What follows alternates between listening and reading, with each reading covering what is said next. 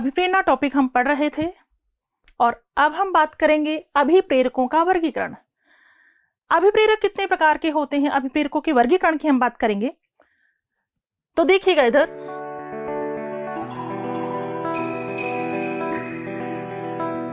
अभिप्रेरकों की जब बात आए तो आपको ध्यान रखना है कि मुख्य रूप से अभिप्रेरक दो प्रकार के होते हैं। कितने प्रकार के होते हैं अभिप्रेरक? दो प्रकार के होते हैं।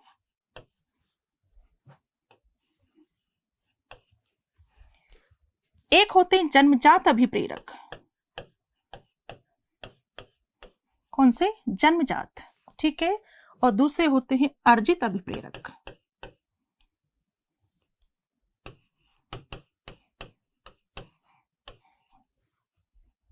ठीक है, जन्मजात और अर्जित। जन्मजात इननेट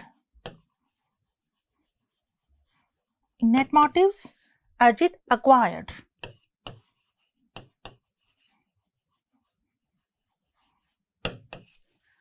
ठीक है, जन्मजात अभिप्रेरक जो व्यक्ति को जन्म से प्राप्त होते हैं, जिनके अभाव में जीवन की कल्पना नहीं की जा सकती, वो कौन से अभिप्रेरक होते हैं? जन्मजात, जो व्यक्ति को जन्म से प्राप्त होते हैं। ठीक है।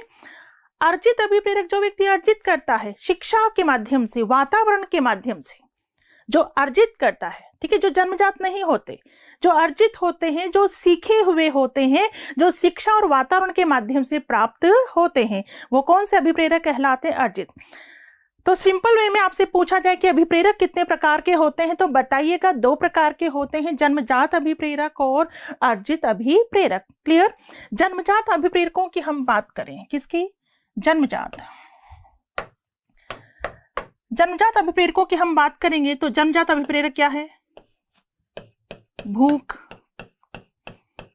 प्यास, काम, नींद, मलमूत्र विसर्जन आदि। ठीक है, जन्मजात अभिप्रेरक देखिए, भूख।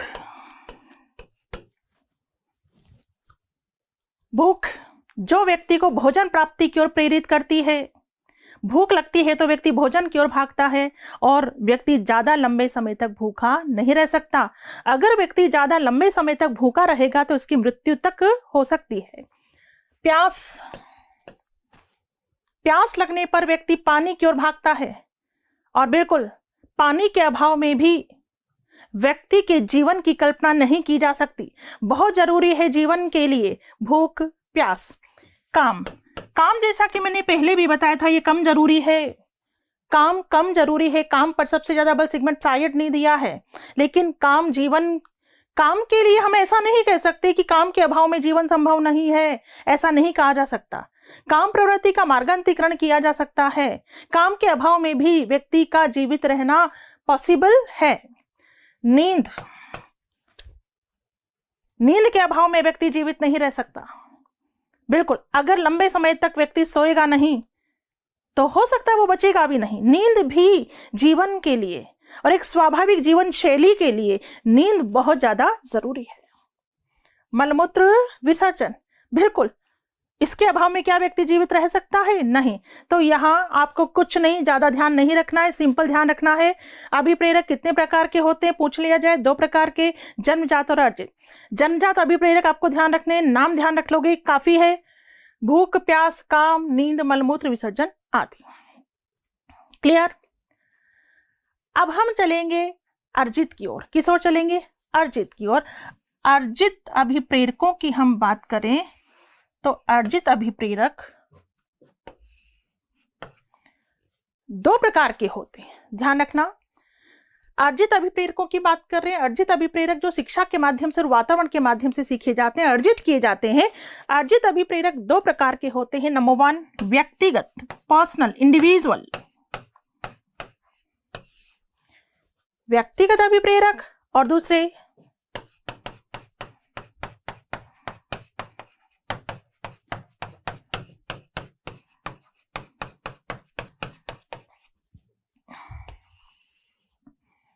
सामाजिक मनोवैज्ञानिक अभिप्रेरक।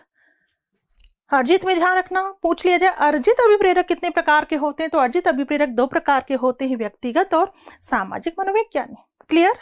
अब सिंपली आपको इतना पता होना चाहिए, व्यक्तिगत के अंतर्गत कौन कौन से अभिप्रेरक आते हैं, सामाजिक मनोवैज्ञानिक के अंतर्गत कौन कौन से अभिप्रेरक आते हैं, इतना आपको ध्यान देना है।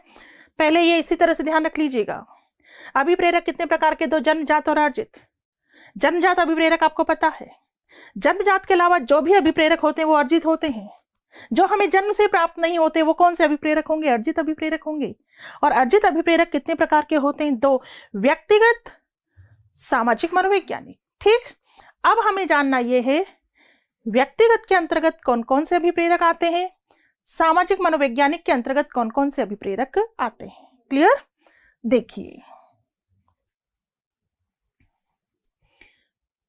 व्यक्तिगत अभिप्रेरक की हम बात कर रहे हैं। कौन सा अभिप्रेरक? व्यक्तिगत। ठीक है, व्यक्तिगत अभिप्रेरक। व्यक्तिगत अभिप्रेरक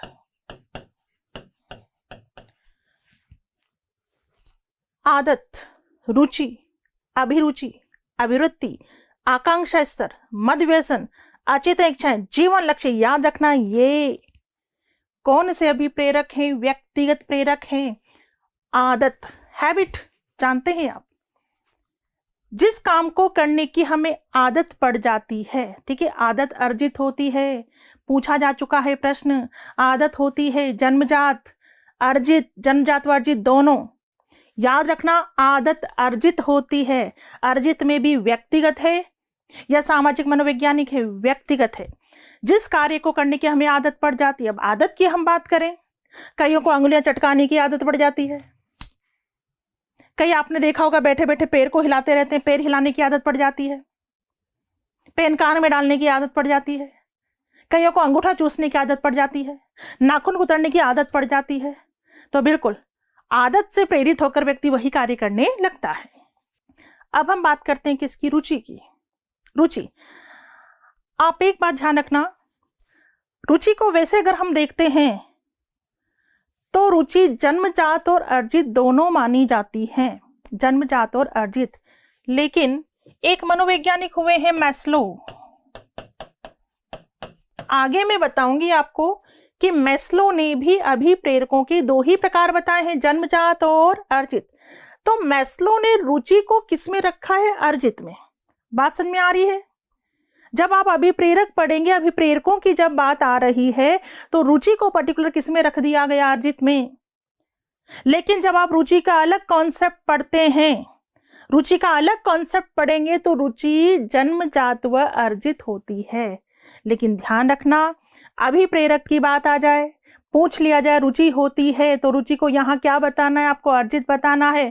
क्योंकि मैस्लो जो हुए हैं, मैस्लो ने भी रुचि को किस में रखा है? अर्जित में रखा है। क्योंकि जन्मजात अर्जित दोनों होती है।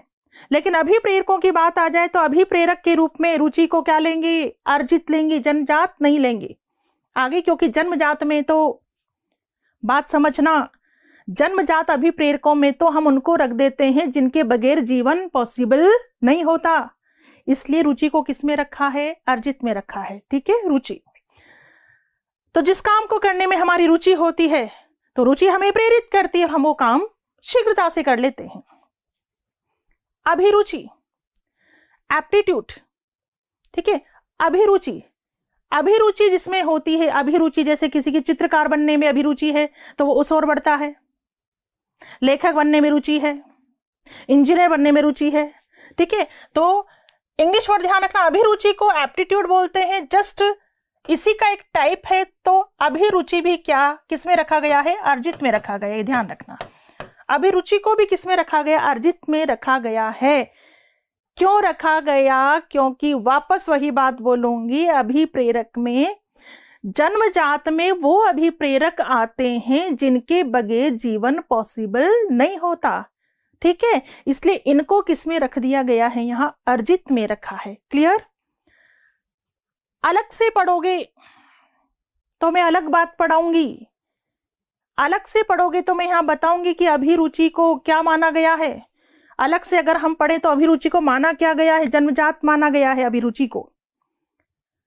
जन्मजात योग्यता किसी में होती है, डॉक्टर बनने की योग्यता, शिक्षक बनने की योग्यता। लेकिन आप यहां सिंपली ध्यान रखना, बिना कंफ्यूज हुए, व्यक्तिगत कारक है ये सब। क्या है? व्यक्तिगत कारक और अर्जित में रखा गया है रुचि को, अभिरुचि को, अभिवृत्ति को। अभिवृत्ति का मतलब क्या होता है? नजरिया, दृष्टिकोण। ठीक है, अभिवृत्ति का मतलब होता है नजरिया कह दो, दृष्टिकोण कह दो।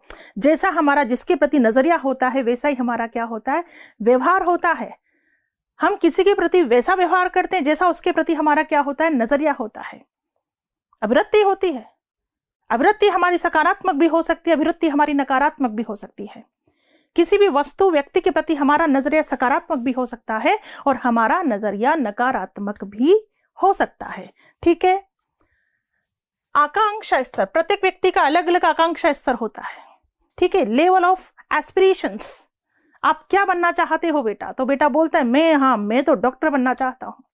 एक बेटा बोलता है मैं इंजीनियर बनना चाहता हूं। ये उसका आकांक्षा स्तर है। प्रत्येक व्यक्ति का अपना अपना आकांक्षा स्तर होता है और उस आकांक्षा तक पहुंचने के लिए वो प्रयास करता है।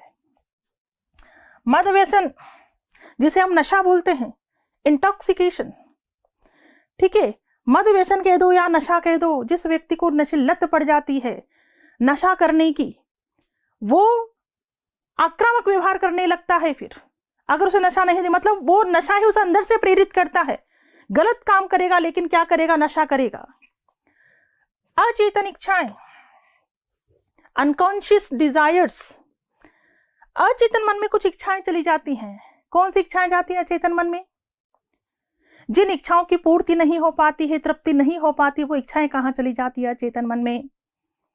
कार खरीदने की बहुत इच्छा थी आपकी लेकिन पूरी नहीं हो पाई, इसलिए वो इच्छा कहां चली गई? अचेतन मन में। आलिशान बंगले की इच्छा थी आपकी लेकिन वो पूरी नहीं हो पाई, तो वो इच्छा कहां चली गई? अचेतन मन में। जो इच्छाएं अचेतन मन में चली जाती हैं वो इच्छाएं हमें प्रेरित करती रहती हैं। वो दमित इच्छाएं भी हमें क्या करती हैं? प्रेरित करती हैं काम करने के लिए कि जो इच्छा हमने दबा दी है वो इच्छा हमारी पूरी होनी चाहिए। और हम काम करते हैं, हम प्रयास करते हैं उस इच्छा की पूर्ति के लिए। जीवन लक्ष्य जो हम बना लेते हैं, वो जीवन लक्ष्य हमें क्रिया करने के लिए क्या करता है? प्रेरित करता है। हमारा जो भी जीवन लक्ष्य हमने बना लिया वो हमें क्रिया करने के लिए क्या करता है? प्रेरित करता है। तो सिंपली ध्यान देना है यहाँ कि ये व्यक्तिगत अभिप्रेरक हैं। कौन से अभिप्रेरक है? व्यक्तिगत में ये रखोगे आप आदत, रुचि, अभिरुचि, अभिवृत्ति, आकांक्षा स्तर, मद व्यसन, अचेतन इच्छाएं, जीवन लक्ष्य आदि। ठीक है। कौन से अभिप्रेरक हैं? व्यक्तिगत। व्यक्तिगत के बाद दूसरा मैंने क्या बताया था? सामाजिक मनोवैज्ञानिक। तो सामाजिक मनोवैज्ञानिक कौन से हैं? देखिएगा इधर, ये देखिए, सोशल साइकोलॉजिकल मोटिव्स। ठीक है। सामाजिक मनोवैज्ञानिक अभिप्रेरक। सामूहिकता। ठीक है, सामूहिकता, ग्रेगेरियसनेस। जब व्यक्ति अकेला होता है तो अकेलापन महसूस होता है। जब व्यक्ति को अकेलापन महसूस होता है तो वो दौड़ता है किस ओर? सामूहिकता की ओर। समूह की आवश्यकता होती है जीवन को जीने के लिए, साथी की आवश्यकता होती है जीवन को जीने के लिए, अपनी बातें कहने के लिए, अपने दुख सुख को शेयर करने के लिए एक समूह की आवश्यकता होती है, सामूहिकता। ठीक है। नेक्स्ट है आत्मगौरव या आत्म प्रतिष्ठा, सेल्फ असेर्शन। जो व्यक्ति इस जीवन में आया है वो आत्म प्रतिष्ठा, आत्म गौरव पाना चाहता, आत्मसम्मान पाना चाहता, और आत्मसम्मान की चाह उसे क्रिया करने के लिए क्या करती है? प्रेरित करती है। अनुमोदन, अप्रूवल। एक तरह से अनुमोदन को क्या बोलेंगे? स्वीकृति। स्वीकृति यानी कि व्यक्ति, समाज और सामने वाले व्यक्ति इसके हर काम को स्वीकृति प्रदान करे। वो स्वीकृति की चाह ही व्यक्ति को उस प्रकार के कार्य करने के लिए प्रेरित करती है। फिर व्यक्ति वैसे ही कार्य करता है। किस प्रकार के कार्य करता है? जिन प्रकार के कार्यों से उसे समाज द्वारा क्या मिले? स्वीकृति मिले, अनुमोदन मिले। ठीक। संबंधन, एफिलिएशन। संबंध यानी संबंध, आपसी संबंध। बिल्कुल, आपसी संबंध अगर हमारे मधुर होंगे, आपसे संबंध मधुर होंगे तो क्योंकि इस संबंध की जो चाह होती है वो भी व्यक्ति को काफी अच्छे कार्य करने के लिए प्रेरित करती है। हम अच्छे होंगे, हमारा व्यवहार अच्छा होगा, आपसी संबंध अच्छे होंगे, क्योंकि व्यक्ति एक सामाजिक प्राणी है जो अकेला नहीं जी सकता, उसे आपसी संबंधों की भी आवश्यकता होती है। युयुत्सा, युयुत्सा कह दो, युद्ध प्रवृत्ति कह दो, ठीक है। युयुत्सा युद्ध प्रवृत्ति, तो युयुत्सा जो होती है, युद्ध प्रवृत्ति होती है, वो भी व्यक्ति को उसी प्रकार के कार्य करवाती है। तो कई व्यक्तियों का जो स्वभाव होता है वो आक्रामक होता है, युयुत्सा प्रवृत्ति लोगों में पाई जाती है।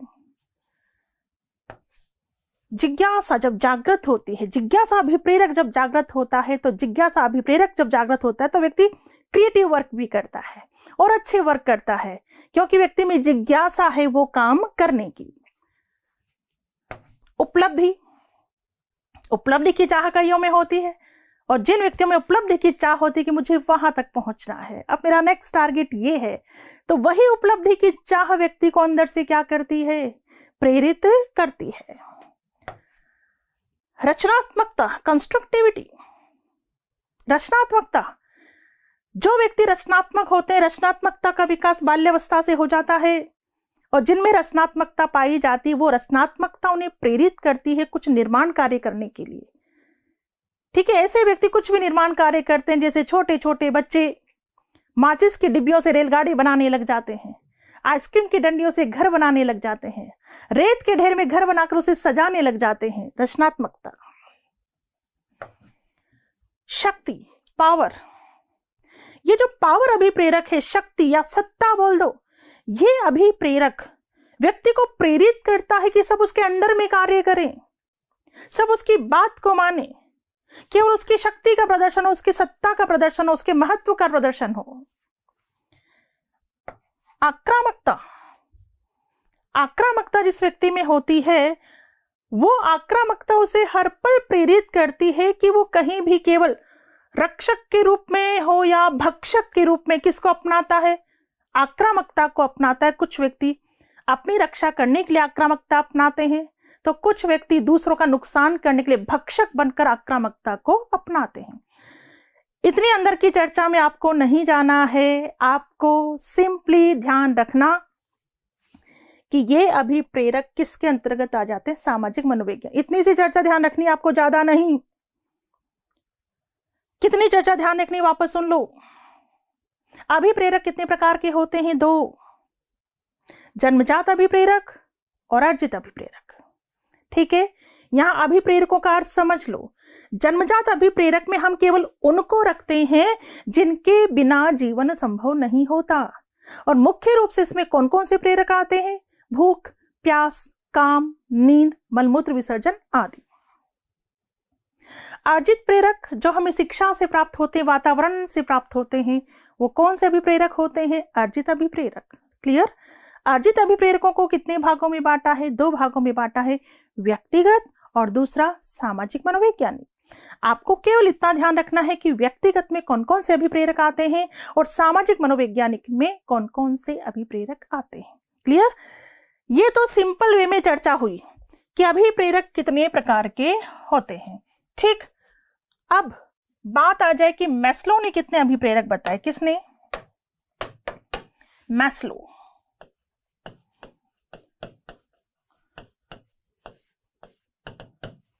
अभी हमने कॉमन वे में बात की थी, किसी के अनुसार बात नहीं की थी, लेकिन अब हम बात करने जा रहे हैं मैस्लो के अनुसार।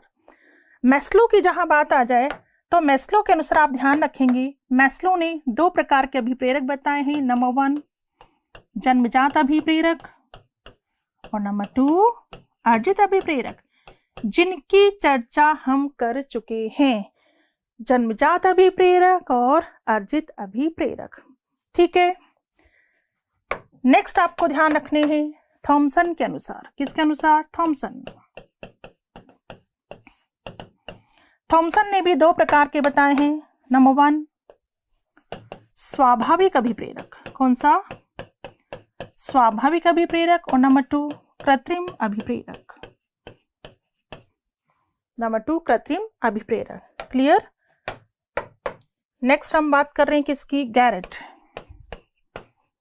गैरेट के अनुसार, ठीक है, गैरेट की बात आए तो ध्यान रखना गैरेट ने 3 बताए। नंबर 1 जैविक कह दो या कह दो दैहिक, ठीक है। नंबर 2 सामाजिक और नंबर 3 मनोवैज्ञानिक।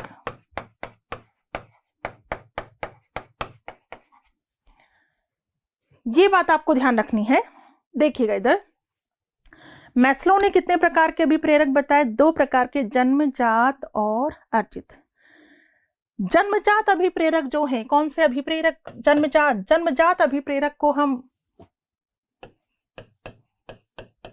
प्राथमिक अभिप्रेरक भी कहते हैं, शारीरिक अभिप्रेरक भी कहते हैं, या प्राकृतिक, कौन से? प्राकृतिक अभिप्रेरक भी कहते हैं, ठीक है। जन्मजात कह दो, प्राथमिक कह दो, शारीरिक कह दो, प्राकृतिक कह दो, एक ही बात है। मैस्लो ने भी 2 प्रकार के अभिप्रेरक बताए हैं। कितने प्रकार के? 2 प्रकार के, जन्मजात अभिप्रेरक और अर्जित अभिप्रेरक। ध्यान देना, मैस्लो के अकॉर्डिंग पूछ लिया जाए तो जन्मजात और अर्जित, जो हम कॉमन रूप से पढ़ चुके हैं, जन्मजात और अर्जित पढ़ चुके हैं। आगे बढ़िए, थॉमसन की बात आ जाए। थॉमसन ने कितने प्रकार के अभिप्रेरक बताए? तो थॉमसन ने 2 प्रकार के अभिप्रेरक बताए हैं। क्या? स्वाभाविक अभिप्रेरक और कृत्रिम अभिप्रेरक। बात वही है। गैरेट की बात आ जाए तो गैरेट ने 3 प्रकार के अभिप्रेरक बताए हैं। नंबर 1 जैविक कह दो या दैहिक, नंबर 2 सामाजिक और नंबर 3 मनोवैज्ञानिक। अभिप्रेरकों की चर्चा आपको इस तरीके से ध्यान रखनी है, ठीक है। मैस्लो जन्मजात व अर्जित, थॉमसन स्वाभाविक व कृत्रिम, और गैरेट जैविक कह दो या दैहिक, नंबर 2 सामाजिक और नंबर 3 मनोवैज्ञानिक। यहां तक की बात क्लियर? तो ये चर्चा हुई हमारी किसकी? अभिप्रेरकों की। अभिप्रेरक 2 प्रकार के, मुख्य रूप से जन्मजात और अर्जित। अभिप्रेरकों की चर्चा के बाद आगे बढ़ेंगे और अब हम बात करेंगे किसकी? अभिप्रेरणा।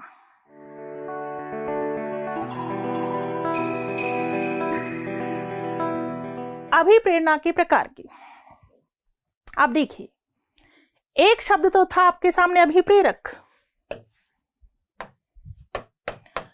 अभी हमने बात की है किसकी? अभिप्रेरक, ठीक, अभिप्रेरक। और अब हम बात कर रहे हैं किसकी? अभिप्रेरणा। दोनों में अंतर तो क्लियर होगा आपको। अभिप्रेरक जो प्रेरित करते हैं उन्हें क्या कहते हैं? अभिप्रेरक, जन्मजात और अर्जित, ठीक है। मान लीजिए मैं आपको मोटिवेट कर रही हूं तो मैं क्या हूं? अभिप्रेरक। जो प्रेरित करते हैं वो क्या कहलाते हैं? अभिप्रेरक। अभिप्रेरक से आपको क्या मिलती है? अभिप्रेरणा। आपको क्या मिलेगी? अभिप्रेरणा, ठीक है। तो अभिप्रेरक की चर्चा तो हम कर चुके हैं। अभिप्रेरक कितने प्रकार के हैं? 2, जन्मजात और अर्जित। और अब हम बात कर रहे हैं अभिप्रेरणा के प्रकार की। अभिप्रेरणा के प्रकार की मैं बात करूं तो अभिप्रेरणा 2 प्रकार की होती है, आंतरिक और बाह्य। आंतरिक अभिप्रेरणा और बाह्य अभिप्रेरणा, सिंपल समझना पहले। अभिप्रेरणा कितने प्रकार की होती? नंबर 1 आंतरिक अभिप्रेरणा, ठीक है, और नंबर 2 बाह्य अभिप्रेरणा।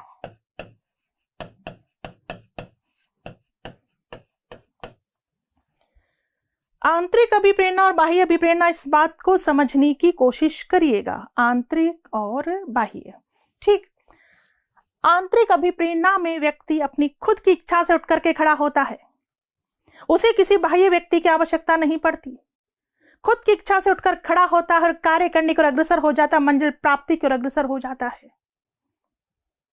और जो व्यक्ति खुद की इच्छा से उठ करके खड़ा होता है वो नहीं रुकता कब तक? जब तक उसे मंजिल की प्राप्ति नहीं हो जाती। अरे जो व्यक्ति आंतरिक रूप से मोटिवेट है वो चलेगा, ठोकर भी लगेगी, क्योंकि जो प्रयास करता है, प्रयास करता है तो ठोकरें खाने को भी उसे मिलती है, असफलता भी हाथ लगती है। तो लेकिन जब व्यक्ति आंतरिक रूप से प्रेरित है, आगे बढ़ रहा है, ठोकर लगेगी, गिरेगा, लेकिन खुद उठेगा, संभलेगा और आगे की ओर बढ़ेगा और नहीं रुकेगा कब तक, जब तक मंजिल की प्राप्ति नहीं हो जाए।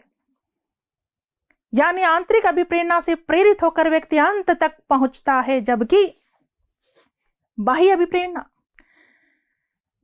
अभिप्रेरणा में व्यक्ति किसी बाह्य व्यक्ति के प्रभाव में आकर कार्य करता है। समझना, मैं बाह्य अभिप्रेरणा समझा रही हूं। मान लीजिए आप हताश और निराश होकर के बैठे हुए हैं, मैं आपको मोटिवेट कर रही हूं, ठीक है। मैं आपको मोटिवेट कैसे भी कर सकती हूँ, मैं आपको मोटिवेट प्रशंसा करके भी मोटिवेट कर सकती हूँ, मैं आपको दंड देकर भी मोटिवेट कर सकती हूँ, मैं आपको पुरस्कार देकर भी मोटिवेट कर सकती हूँ, मैं आपको कैसे भी मोटिवेट कर सकती हूँ, ठीक है। आपकी प्रशंसा करके, आपको दंड देकर, आपको पुरस्कार देकर, मैं कैसे भी आपको मोटिवेट करूंगी। मेरे मोटिवेट करने पर आप मोटिवेट हो गए, उठकर खड़े हो गए, आगे चले। लेकिन वही बात की ठोकर आई, गिरे, तो आप गिरे ही रह जाओगे, फिर देखोगे कि कोई आए और उठाए। कहने का मतलब ये, बाह्य अभिप्रेरणा के अभाव में व्यक्ति फिर लक्ष्य प्राप्ति तक नहीं पहुंच सकता। बच्चों, मोटिवेट तो आंतरिक रूप से होना चाहिए, क्योंकि जरूरी नहीं कि जीवन में हर वक्त हमें हर कोई मोटिवेट करता रहे। होता है क्या ऐसा कि जीवन में हर पल हर मोड़ पर हमें कोई ना कोई मोटिवेट करता रहे? होता है क्या ऐसा? ऐसा नहीं होता। इसलिए मत करो किसी का इंतजार, खुद को खुद मोटिवेट करना सीखो, खुद से खुद बात करना सीखो। बच्चों, याद रखना, हमारा सबसे अच्छा साथी हम खुद हैं। हमसे अच्छा साथी हमारा दूसरा नहीं हो सकता। इसलिए खुद को खुद मोटिवेट करना सीखो, खुद से खुद बात करना सीखो। मत करो किसी का इंतजार, क्योंकि इस दुनिया में उठाने वाले बहुत कम मिलेंगे, धक्का देने वाले ज्यादा मिलेंगे। जब आप ठोकर खाकर गिर जाते हो और किसी का इंतजार करते हो, तो जरूरी है कि कोई आएगा और आपको उठाएगा। उसने आपको और धक्का दे दिया तो क्या करोगे? इसलिए ध्यान दो, खुद से मोटिवेट होना सीखो, अंदर से आंतरिक रूप से मोटिवेट होना सीखो। आंतरिक अभिप्रेरणा को इसीलिए हम क्या कहते हैं? सकारात्मक अभिप्रेरणा कहते हैं। सकारात्मक कह दो या धनात्मक अभिप्रेरणा।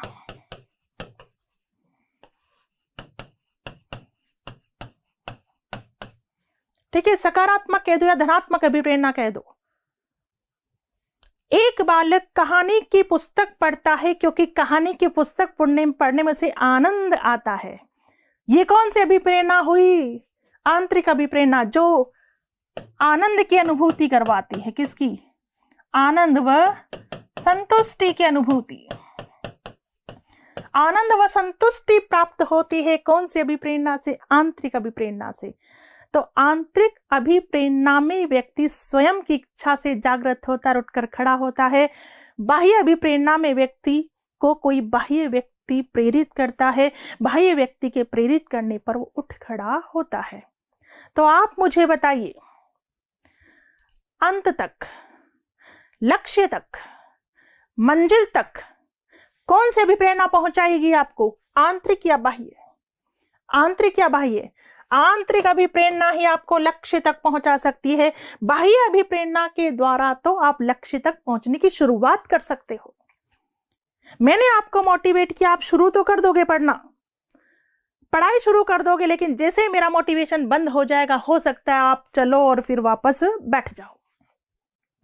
लेकिन यदि आप आंतरिक रूप से मोटिवेट है तो नहीं रुकोगे। कब तक? जब तक आपको मंजिल की प्राप्ति नहीं हो जाती।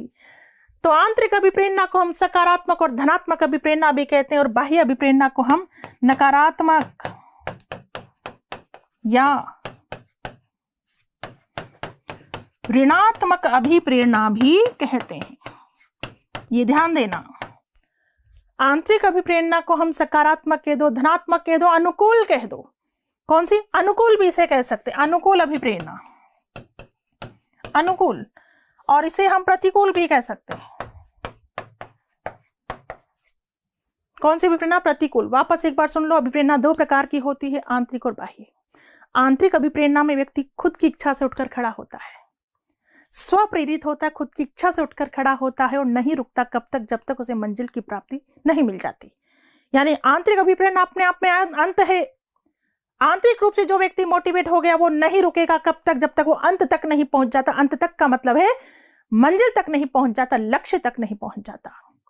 जबकि बाह्य अभिप्रेरणा में व्यक्ति बाह्य व्यक्ति के प्रेरित करने पर कार्य करता है और बाह्य अभिप्रेरणा के अभाव में व्यक्ति मंजिल तक नहीं पहुंच सकता, अंत तक नहीं पहुंच सकता। ठीक है, आंतरिक अभिप्रेरणा को हम क्या कहते हैं? सकारात्मक कह दो, धनात्मक कह दो या अनुकूल अभिप्रेरणा।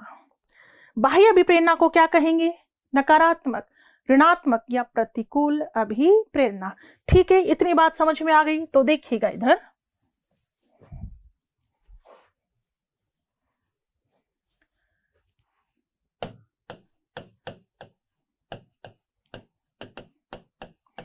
बाह्य अभिप्रेरणा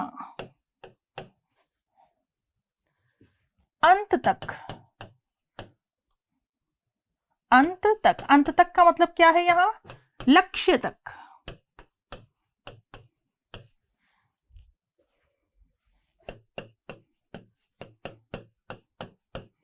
पहुंचने की एक शुरुआत है।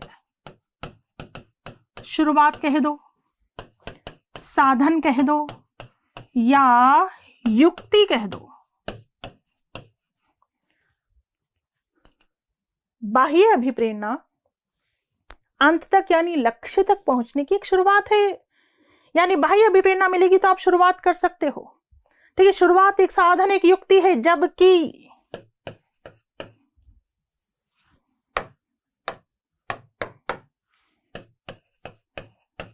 जबकि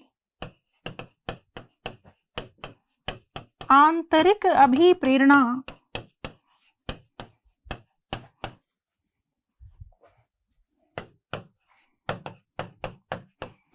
अपने आप में एक अंत है।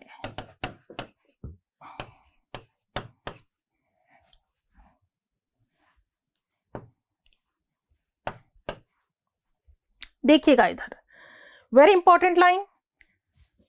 अभी जो 2018 में नीट का एग्जाम हुआ, बिल्कुल प्रश्न पूछ लिया गया था कि आंतरिक अभिप्रेरणा क्या है।